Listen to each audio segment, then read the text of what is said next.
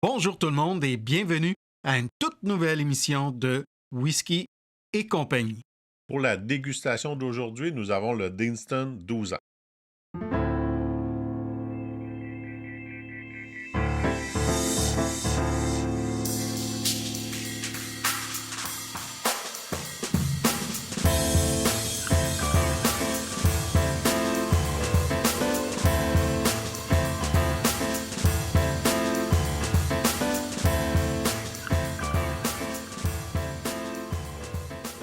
Salut Camille, Salut Didier, ça va bien? ça va super bien toi? Oui, très bien. T'as passé une belle semaine? Belle semaine. Génial!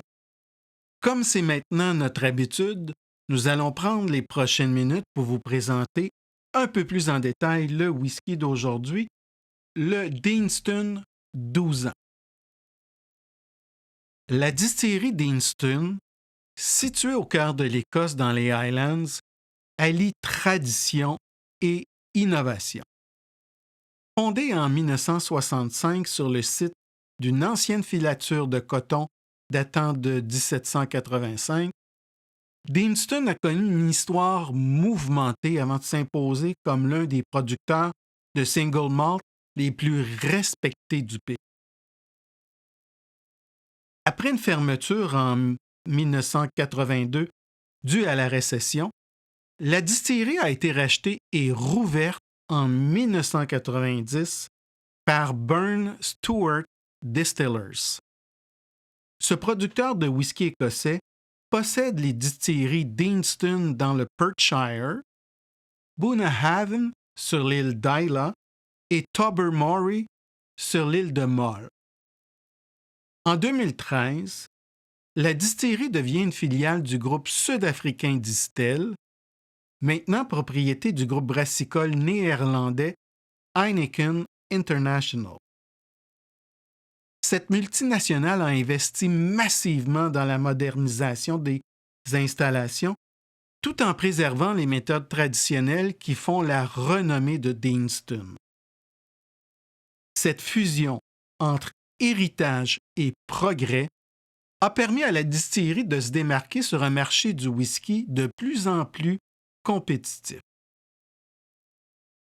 Au cours des 2 dernières décennies, Deanston a mis l'accent sur la production de whisky non filtré à froid, sans ajout de colorant, permettant de mettre en valeur la pureté et le caractère naturel de ses produits.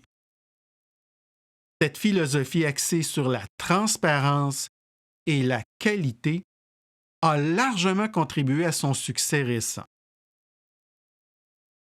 L'un des aspects les plus remarquables de Deanston est son engagement envers le développement durable. La distillerie est fière d'être autosuffisante en électricité grâce à sa propre centrale hydroélectrique alimentée par la rivière Thief qui coule à côté de la distillerie. Cette approche écologique, rare dans l'industrie, témoigne de l'esprit avant-gardiste de Deanston. Le processus de fabrication du whisky chez Deanston commence avec de l'orge locale de qualité supérieure, rigoureusement sélectionnée.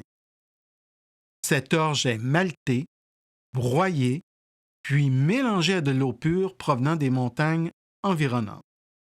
Une fermentation lente d'environ 100 heures favorise le développement de notes fruitées et de saveurs subtiles.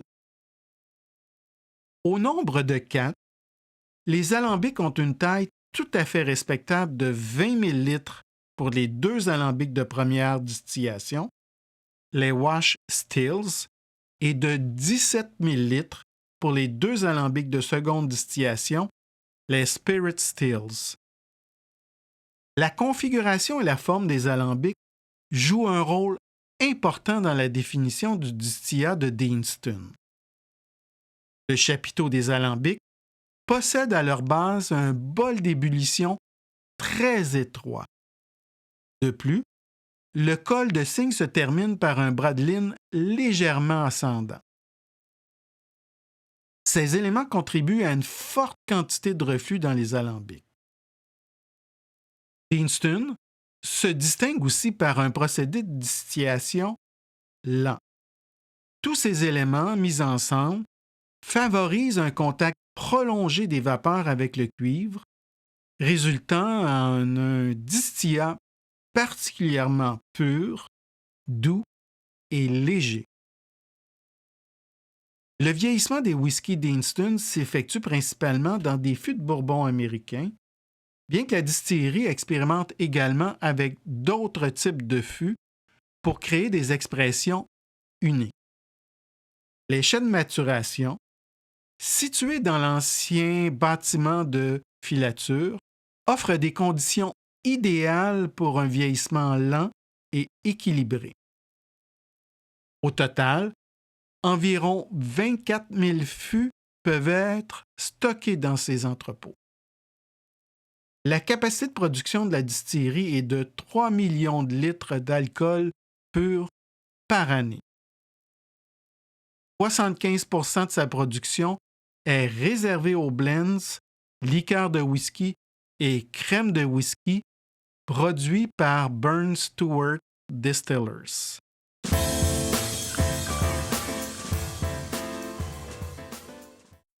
Au niveau de la présentation, celle-ci est assez simple. On retrouve le nom de l'équipe de production. C'est une première pour moi de voir ce type de renseignement sur l'étiquette. Toute l'équipe est là. C'est ça. Il manque juste les photos. Ce whisky titre à 46,3 % d'alcool par volume. Il est non filtré à froid, mais il n'est pas indiqué qu'un colorant a été ajouté ou non.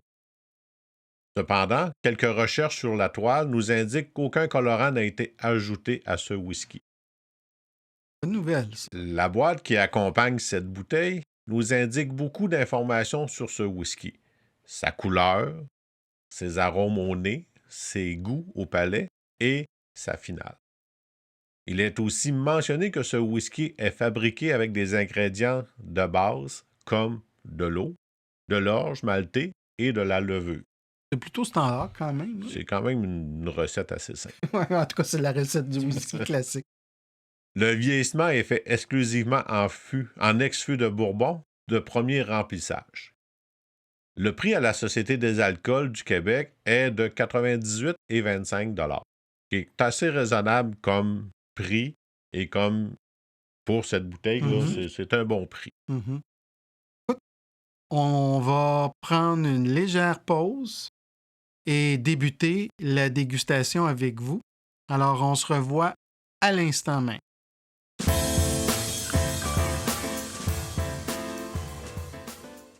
Alors, on est prêt à débuter cette dégustation du Deanston 12 ans avec vous.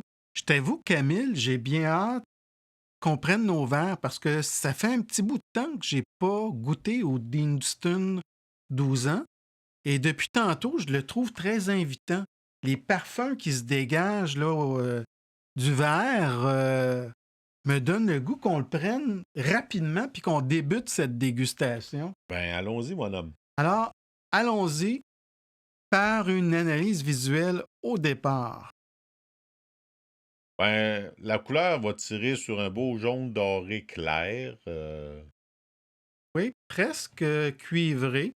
Ouais. Hein? Écoute, c'est un liquide d'une densité modérée, avec des larmes très très fines, qui quand même assez nombreuses là, sur les parois du verre. Qui se laisse désirer un peu quand même. Oui, mais c'est pas des. Tu sais, on le voit là, quand je te parle de larmes fines, des micro-gouttes qui restent collées à peine sur les parois du verre, mais quand même. Quand même une belle viscosité. Oui. Puis, écoute, c'est beau d'en parler sur le plan visuel, mais j'ai hâte qu'on le sente. Moi aussi, ça fait assez longtemps qu'on le sent. Oui, il sent vraiment très, très bon, ce whisky. Alors, au nez... Allons-y.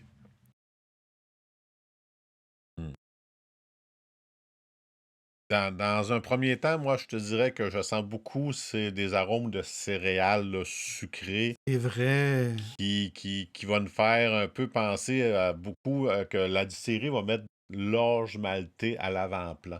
Oui, t'as raison. C'est vraiment une belle ampleur aromatique. Je vous le confirme, là, au nez, j'aime bien cette ce côté d'abondance au plan des céréales.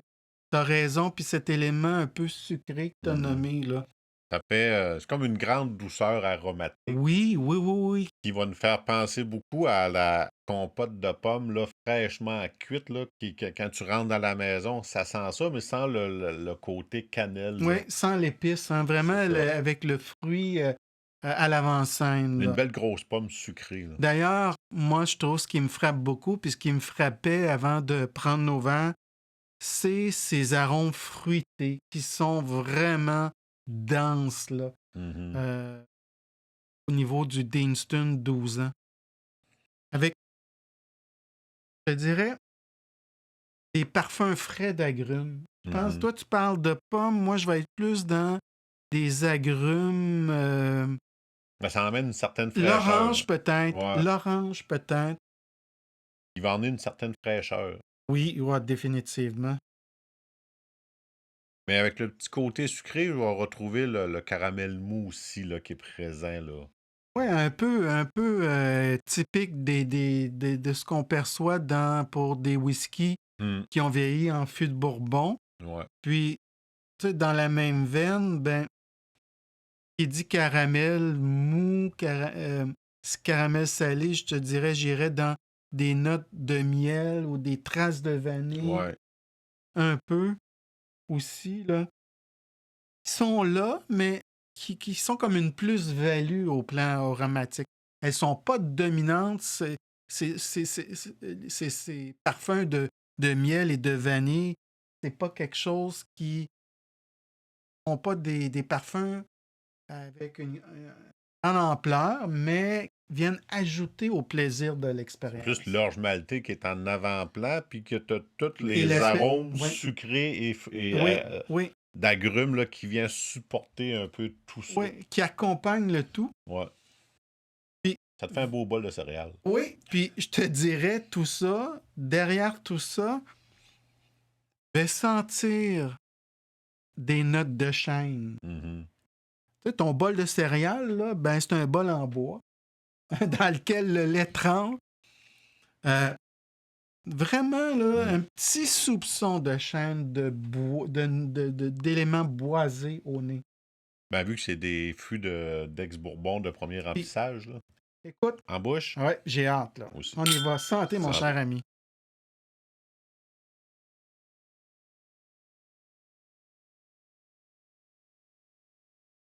OK. Pas du tout à ce que je m'attendais, Non. mais loin d'être désagréable. Écoute, on était au nez, là. Je parlais d'une compote de pommes sans épices. Mais là, je te dis, je t'avoue, là, première impression en bouche, je vous avoue, une forte présence des épices. Ouais. Vraiment, une chaleur, là, lors de l'arrivée en bouche, une chaleur du poivre qui me frappe dès le départ. Mm. Mais c'est quand même très doux, là. C'est pas. Oui, oui. Ça punche pas, là. Mais c'est présent, mais ça s'estompe avec une douceur, là. Mm.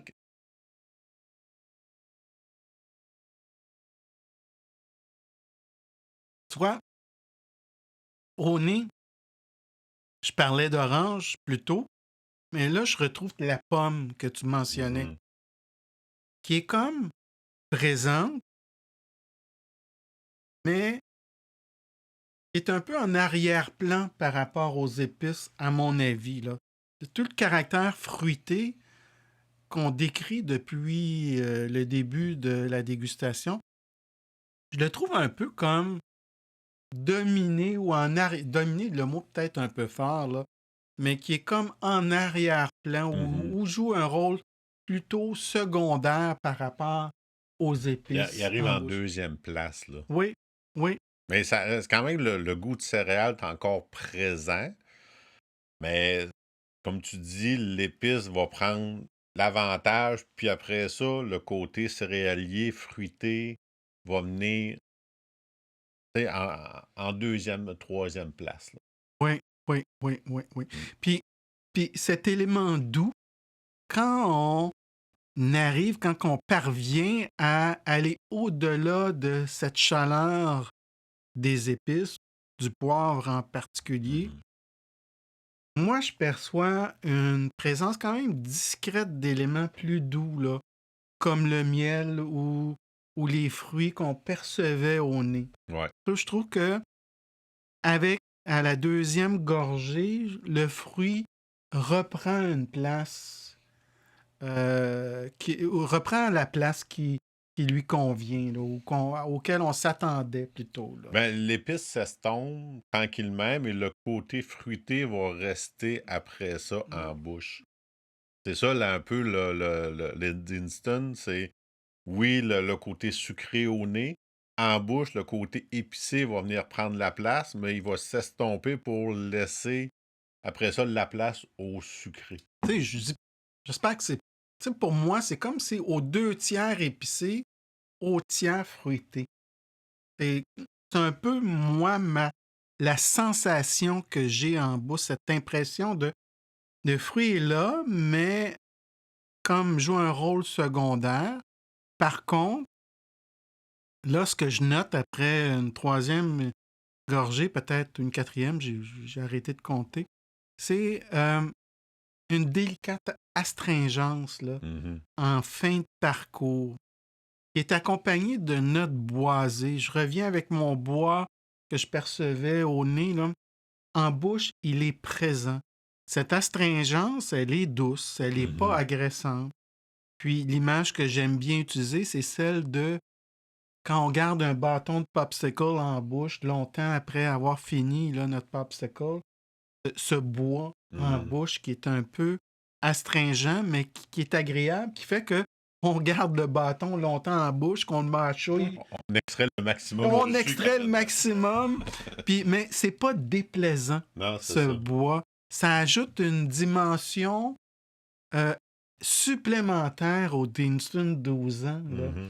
Hein, où on parle d'épices, on parle de fruits, de sucre, de miel, et au niveau sensoriel, j'ai cet élément d'astringence, de picotement qui dit ah, tiens, quelque chose de plus. Là. T'as bien raison. Mais au niveau de la finale, moi, je te dirais que c'est une finale quand même moyenne, Oui. Ouais. qui est pas courte ni très longue, mais qui reste quand même jusqu'à un certain temps. Léger picotement à cause du côté poivré là, qu'on a nommé, mais qui reste là, mais qui prend pas toute la place non plus. Là. Mm. Oui, moi, j'étais assez en accord avec toi, en tout cas au niveau de la durée. C'est une durée qui est modérée. Pour moi, qui est marquée par peut-être un retour du fruit, Mhm. ou, ou plutôt pas un retour, parce qu'il était là, le fruit, l'aspect douceur en bouche, mais en termes de proportion par rapport à l'élément épice, je trouve que le fruit revient à l'avant-scène un peu là, lors de la finale. L'astringence que je parlais, cette sensation au niveau de la langue laissée par la présence du bois, je trouve que elle fait place à une sensation d'amertume un peu prolongée. C'est-à-dire que je sens au niveau de ma langue, là, au niveau de la joue, comme une sensation d'engourdissement, très léger, ou d'une Mhm. sensation de picotement qui amène une hypersalivation. J'ai vraiment, là, je sens ma salive qui s'est épaissie dans cette finale, qui est peut-être liée justement à cette façon de combattre cette amertume ou l'astringence que j'ai eue en bouche plus tôt, mais peut-être aussi qui est simplement reliée à la présence du fruit, du sucre, qui me fait saliver beaucoup Ouais. lors de la finale. Mais tu sais, plus que je le découvre, plus que je l'aime. Tu sais, au Oui, début, je hein? trouvais ça un peu décevant, un peu comme finale. Pas trop de complexité, mais plus que j'y goûte, Mm. plus que je l'apprécie, plus que je trouve qu'il y a une certaine complexité dans ce whisky, vu qu'on se promène d'un bord puis de l'autre, c'est comme un petit combat qu'on a en bouche au niveau de l'épice puis au niveau du sucre. Mais c'est sûr que l'épice est peut-être plus en forme un peu. Mais je trouve que c'est un beau petit combat qu'on a, mais qui est agréable. Je trouve que c'est un whisky avec plusieurs couches. Mhm. Plusieurs couches au plan sensoriel, au plan aromatique et gustatif. Puis, moi, j'ajouterais quelque chose par rapport à ce que tu amènes, cet élément de complexité du whisky. Là, au niveau de la finale, je perçois justement cette présence vanillée, boisée, qui persiste aussi, Mhm. qui s'ajoute à cette finale de longueur modérée. Faut pas oublier la vanille. Non, qui est quand même là et qui rend le tout, qui ajoute de la douceur, Mhm. qui vient équilibrer cet élément épicé du whisky. Toi et moi, on est des amateurs, je pense qu'on s'en cache pas, de whisky plus costaud. Ouais. Tu sais, où on a l'élément fumée de tourbe, où on a l'élément maritime qui est présent. Présence d'alcool plus élevée. Oui, un taux d'alcool plus Ouais. élevé. Mais force est de constater que ce Deanston 12 ans est un whisky bien fait. Ouais. C'est Bien dans les fait. traditions. Oui, et qui va plaire à des gens qui recherchent justement cet élément de complexité, de jeu des contrastes, avec cet élément très fruité. Mhm. Hein, au plan aromatique, là, c'est clair qu'on était C'est là-dedans. ça, ouais. Moi, je trouve que c'est un whisky des Highlands qui est vraiment bien fait. Qui représente bien cette région. Oui, avec cet élément aromatique fruité Mhm. à l'avant-scène. Je suis d'accord avec toi.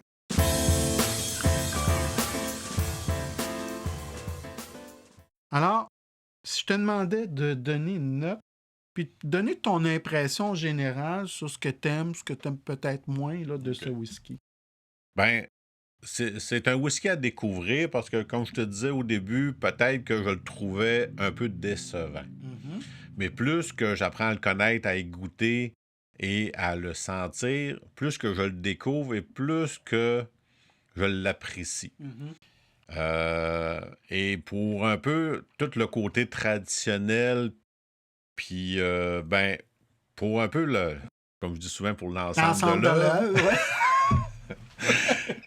ma note va être un 84 pour ce whisky qui se laisse apprivoiser facilement. Et pour toi, Didier?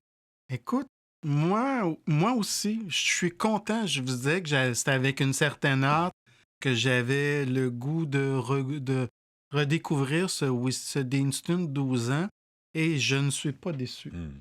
C'est vraiment très plaisant comme whisky. C'est un whisky facile à boire. C'est un whisky qui a une belle complexité. Mm-hmm. C'est un whisky où on retrouve plusieurs couches à découvrir, tant au plan olfactif que gustatif. Peut-être le point négatif, puis là, c'est relatif, hein, c'est d'une personne à l'autre, les goûts diffèrent. Moi, l'aspect boisé, astringence, il est agréable. C'est pas quelque chose que, comment je dirais, c'est pas ce que je préfère dans un whisky, mais il est présent, mais quand même de façon raisonnable, pas trop intense. Il est limite. Oui, l'astringence, là, elle est pas désagréable, elle est tolérable. L'aspect boisé, il est présent, très présent, mais pas désagréable.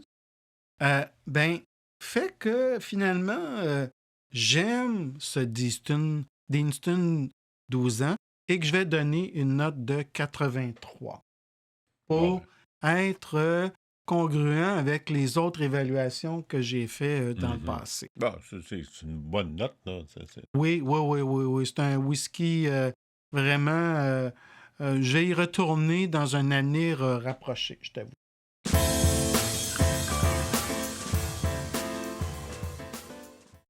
Sur ce, ben, nous vous invitons à nous faire un petit pouce dans les airs pour nous encourager, mais aussi de nous laisser des commentaires qu'on apprécie grandement et qu'on regarde puis qu'on essaye de s'ajuster au fur et à mesure de Ouais. vos commentaires. Et Ben, écoutez, si vous voulez en savoir davantage sur le Deanston 12 ans ou sur la distillerie, nous vous invitons à aller consulter notre site web à whiskycompagnie.com. Sur ce, on vous souhaite une excellente semaine. On a bien hâte de vous revoir la semaine prochaine pour une autre émission de Whisky et compagnie. santé. Santé tout le monde et bonne semaine.